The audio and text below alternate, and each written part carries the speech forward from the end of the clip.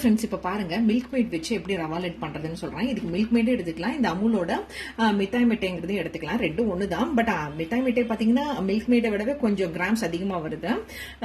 So இப்போ இதை வச்சு எப்படி பண்றதுன்னு பார்க்கலாம். ஃபர்ஸ்ட் வந்து பார்த்தீங்கன்னா நெய் எவ்வளோன்னு நான் சொல்லிக்கிறேன். ஃபர்ஸ்ட் வந்து நெய் வந்து 1 டேபிள் ஸ்பூன் எடுத்துக்கிறேன். அதில் வந்து பார்த்தீங்கன்னா முந்திரியை வறுத்து எடுத்துக்கிறேன், முந்திரி திராட்சை வறுத்து எடுத்துக்கிறேன்.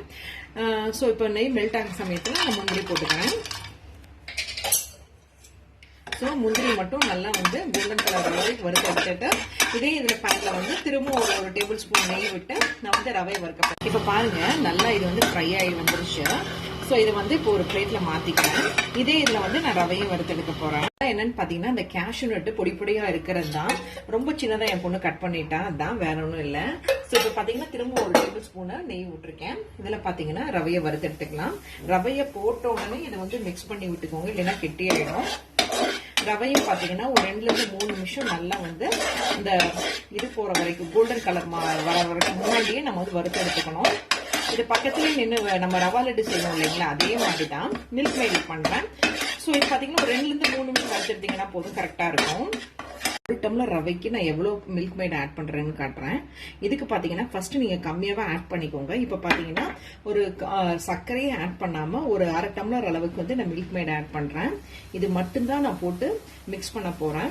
இதை போட்டுட்டு ஆஸ் யூஷுவல் பாத்தீங்கன்னா எடுத்து வச்சிருங்க. இந்த கேஷ்யூ நட்டையும் போட்டு இதை நல்லா மிக்ஸ் பண்ணி உருண்டை பண்ண போறேன். இவ்வளவுதாங்க. இது ரொம்ப ஈஸியா பண்ணலாம். நீங்க புதுசா ஸ்வீட் ட்ரை பண்ற மாதிரி இருந்துச்சுன்னா கூட இதை நீங்க ட்ரை பண்ணி பாருங்களேன், ரொம்ப நல்லா இருக்கும். இப்ப பாருங்க, இப்போ இந்த சைடெல்லாம் கொஞ்சம் மிக்ஸ் ஆகாம இருக்கு. ஸோ அதனால டம்ளர்ல இருக்கிற எல்லாமே ஊத்துனேன், கரெக்டா இருக்கு. அடுப்பு ஆஃப் பண்ணிட்டு நீங்க ஊத்துங்க, அப்பதான் கரெக்டா இருக்கும். இப்போ என்னோடது எல்லாமே நல்லா மிக்ஸ் ஆகி வந்துருச்சு. இப்போ பாருங்க, நான் சொன்ன அளவு 1 டம்ளர் ரவைக்கு இது கரெக்டா இருக்கும். இப்போ இதை வந்து நீங்க நல்லா ஆற வச்சு உருண்டை பண்றதுக்கு சரியா இருக்கும். உருண்டை பண்ணியும் காமிக்கிறேன். ஓரளவுக்கு நல்லா ஆற ஆரம்பிச்சிருச்சு. நான் சொன்ன அளவு கரெக்டா இருந்தனால இப்ப பாருங்களேன் உருண்டை சூப்பரா வந்திருக்கு. ஸோ இப்போ இதை ஃபுல்லா வச்சுட்டு நான் உங்களுக்கு காட்டுறேன். இப்ப பாருங்க சூப்பரா ரெடி ஆயிடுச்சு. என்னோட மில்க் மேட் ரவா லட்டு சூப்பரா ரெடி ஆயிடுச்சு. உங்களுக்கு ஸ்வீட் அதிகமா சாப்பிடுவீங்கன்னு நினைச்சீங்கன்னா நான் சொன்ன அளவு விட ஒரு பெரிய டேபிள் ஸ்பூன் அளவுக்கு மில்க் மேட் எக்ஸ்ட்ரா ஆட் பண்ணிக்கோங்க.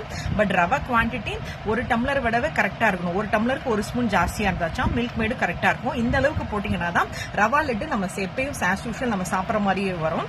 இதை நான் டேஸ்ட் பண்ணி சுட சுட சாப்பிடவே பண்ணவே சாப்பிடவே சூப்பரா சாப்பிட்டுட்டே இருக்கணும் போல தோணுச்சு. செம எம்மியா இருந்ததுங்க. நானும் குட்டிஸும் பண்ணவே 2-3 சாப்பிட்டோம். ஸோ 1 டம்ளர் ரவைக்கு பாத்தீங்கன்னா கிட்டத்தட்ட 12 ரவா லட்டு வருது எக்ஸாக்டா. இதுல டோட்டலா பாத்தீங்கன்னா 9 தான் இருக்கும். பட் 3 லட்டு நாங்க பண்ணவே நானும் என் குட்டிஸும் சாப்பிட்டோம். ஸோ இது சூப்பரா இருக்கு, ஒரு கரெக்டான திகட்டாத ஸ்வீட்டா இருக்கு. கண்டிப்பா பிகினர்ஸ் எல்லாம் இது கண்டிப்பா ட்ரை பண்ணி பார்க்கலாம். நான் சொன்ன மெஷர்மெண்ட் படி பண்ணீங்கன்னா எக்ஸாக்டா கரெக்டா வந்துச்சு. நீங்களும் ட்ரை பண்ணி பாருங்க. தேங்க்யூ.